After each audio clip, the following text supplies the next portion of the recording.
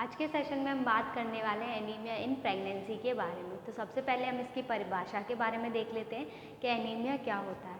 तो एनीमिया एक ऐसी कंडीशन होती है जब जो हमारा ब्लड का हीमोग्लोबिन का जो लेवल होता है वो 11 ग्राम पर डीएल से अगर कम देखने के लिए मिलता है और जो हमारे हेमाटोक्रिट लेवल्स रहते हैं वो 33% से कम देखने के लिए मिलते हैं, उस कंडीशन को हम बोलते हैं एनीमिया। और जब ये कंडीशन प्रेगनेंसी वाली स्टेज में देखने के लिए मिलती है तो उसे हम बोलते हैं एनीमिया इन प्रेगनेंसी।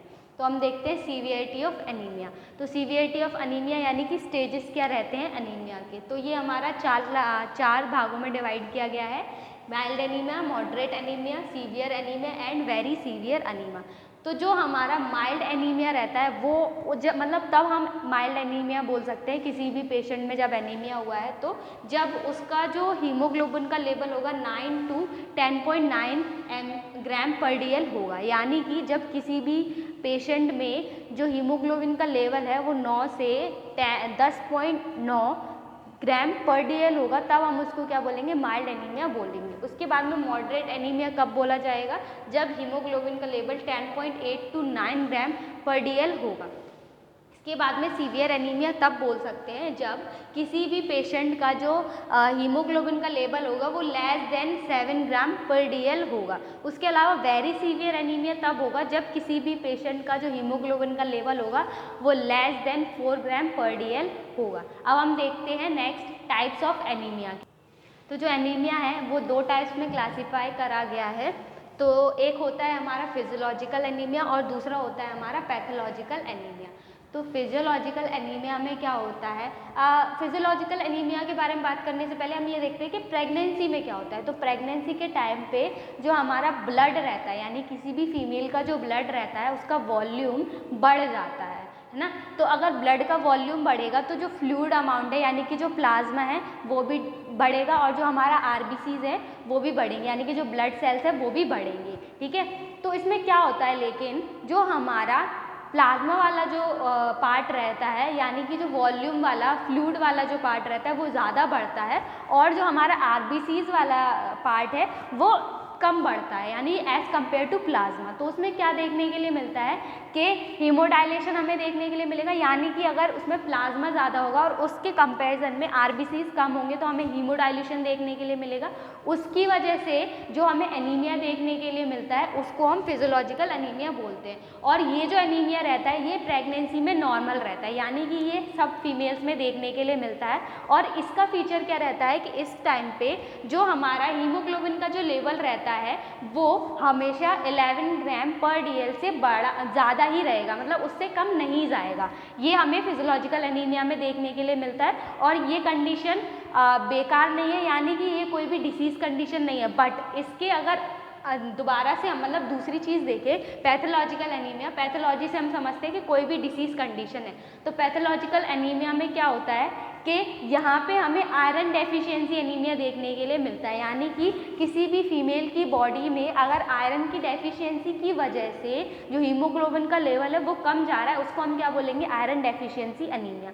तो आयरन डेफिशिएंसी एनीमिया की वजह से हमें पैथोलॉजिकल एनीमिया देखने के लिए मिलेगा और ये एक डिसीज़ कंडीशन हो सकती है, यानी कि इसको ट्रीट नहीं किया जाएगा तो पेशेंट में प्री टर्म लेबर देखने के लिए मिलता है, आईयूडी यानी कि इंट्रा यूट्राइन डेथ देखने के लिए मिलती है, IUGR intra uterine growth restrictions देखने के लिए मिल सकते हैं। ये सब कंडीशंस हमें बेबी में देखने के लिए मिल सकती हैं।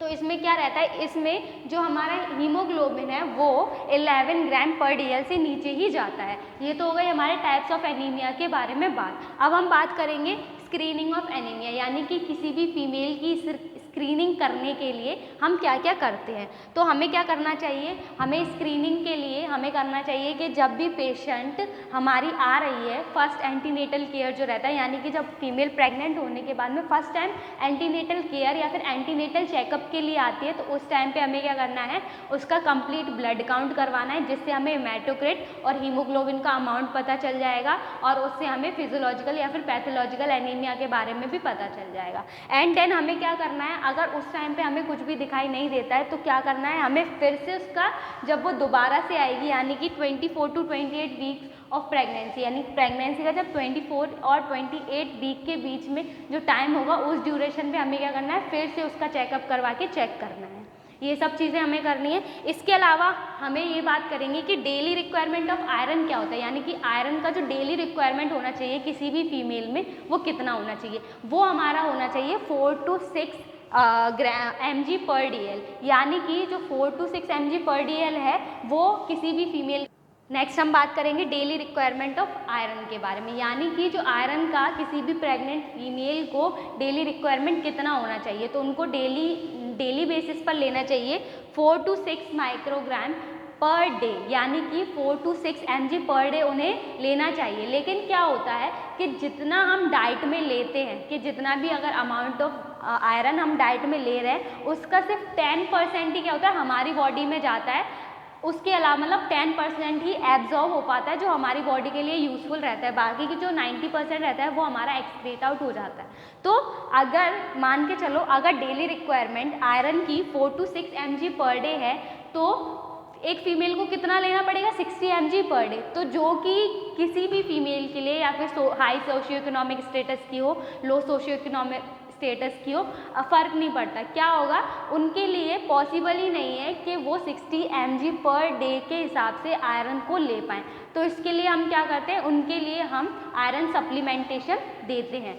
तो हम बात करते हैं कि जो फुल प्रेगनेंसी यानी कि जो पूरी प्रेगनेंसी होती है, टोटल प्रेगनेंसी में कितना अमाउंट ऑफ आयरन की ज़रूरत पड़ती है एक फीमेल को, वो रहता है हमारा 1000 mg, यानी कि पूरी जो प्रेगनेंसी है उस टाइम पे 1000 mg की नीड रहती है एक प्रेग्नेंट फीमेल को। उसमें से जो उसका फीटस रहता है उसको नीड रहती है 300 mg की, यानी कि और एक प्रेगनेंसी रहती है 280 डेज़ की। तो अगर हम पर डे के हिसाब से यानी कि डेली रिक्वायरमेंट अगर कैलकुलेट करते हैं तो अप्रॉक्स में 4 to 6 mg पर डे क्या रहता है, डेली रिक्वायरमेंट रहता है एक प्रेग्नेंट फीमेल का। उसके हिसाब से हमने पहले सेशन में बात की थी कि क्या होता है प्रेगनेंसी के टाइम पे या फिर नॉर्मली क्या होता है कि जितना अमाउंट ऑफ आयरन हम लेते हैं उसका 10% ही एब्जॉर्ब होता है, बाकी का हमारा रेस्ट ऑफ द बॉडी में चले जाता है। तो जो 10% है यानी कि अगर किसी भी फीमेल की जो रिक्वायरमेंट है वो 4 to 6 mg पर डे की है तो उस हिसाब से उसको 60 mg पर डे क्या लेना चाहिए, उसको आयरन इनटेक लेना चाहिए और उस बेसिस पे उसकी बॉडी में जो एब्जॉर्ब होगा वो उसका 10% यानी कि 4 to 6 mg ही बचेगा। तो किसी भी फीमेल के लिए 60 mg पर डे आयरन का इंटेक करना इम्पॉसिबल है। तो उसके लिए हम क्या करते हैं, उसको सप्लीमेंटेशन प्रोवाइड करवाते हैं। तो जो हमारा आयरन का सप्लीमेंटेशन रहता है एनीमिया मुक्त भारत के अंदर यानी कि गवर्नमेंट के थ्रू एक प्रोग्राम लॉन्च किया गया है जिसे हमने बोला है अनीमिया मुक्त भारत। तो उसके अंतर्गत क्या होता है कि जो आयरन और फॉलिक एसिड की जो टैबलेट होती है वो free of cost pregnant females या फिर जो एडोलसेंट फीमेल्स रहती हैं उनको दी जाती है। तो क्या रहता है उसमें हमें एक टैबलेट आयरन यानी Fe की टैबलेट दी जाती है 60 mg और हमें फॉलिक एसिड की टैबलेट दी जाती है जो कि रहती है 500 माइक्रोग्राम्स की।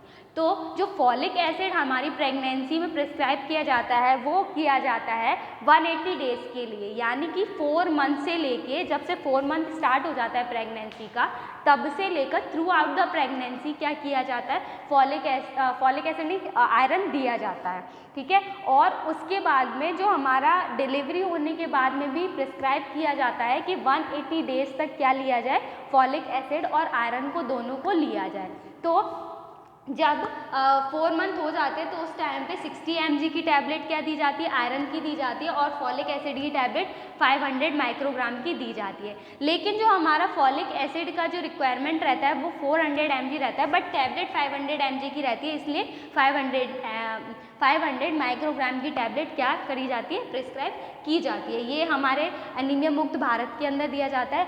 और जो हमारा आयरन रहता है उसको हम प्रेगनेंसी के स्टार्टिंग के 3 मंथ में नहीं देते क्योंकि उससे क्या रहता है, बेबी में न्यूरल ट्यूब डिफेक्ट होने का खतरा बढ़ जाता है। यानी कि स्टार्टिंग के प्रेगनेंसी के फर्स्ट ट्राइमेस्टर या तो हम बोल सकते हैं या फिर स्टार्टिंग के जो 3 मंथ रहते हैं उसमें आयरन कॉन्ट्रा इंडिकेटेड रहता है, उसके स्टार्टिंग में हम फॉलिक एसिड देते हैं। तो फॉलिक एसिड का अगर हम डोज देखें तो फॉलिक एसिड का डोज यानी कि प्रेग्नेंट होने से 1 मंथ पहले ही किसी भी फीमेल को स्टार्ट कर देना चाहिए और 4 मंथ तक लेना चाहिए न्यूरल ट्यूब डिफेक्ट से बचाने के लिए। और थ्रू आउट द प्रेगनेंसी हम आयरन के साथ देते हैं, जिससे क्या होगा, उसकी बॉडी में एनीमिया की कंडीशन नहीं होगी। तो इसका मतलब ये है कि जो हमारा फॉलिक एसिड होता है वो हमारे थ्रू आउट द प्रेगनेंसी चलता है, जबकि जो हमारा आयरन रहता है, आयरन हमारा 4 मंथ से लेकर थ्रू आउट द प्रेगनेंसी चलता है और डिलीवरी के बाद में भी प्रिस्क्राइब किया जाता है।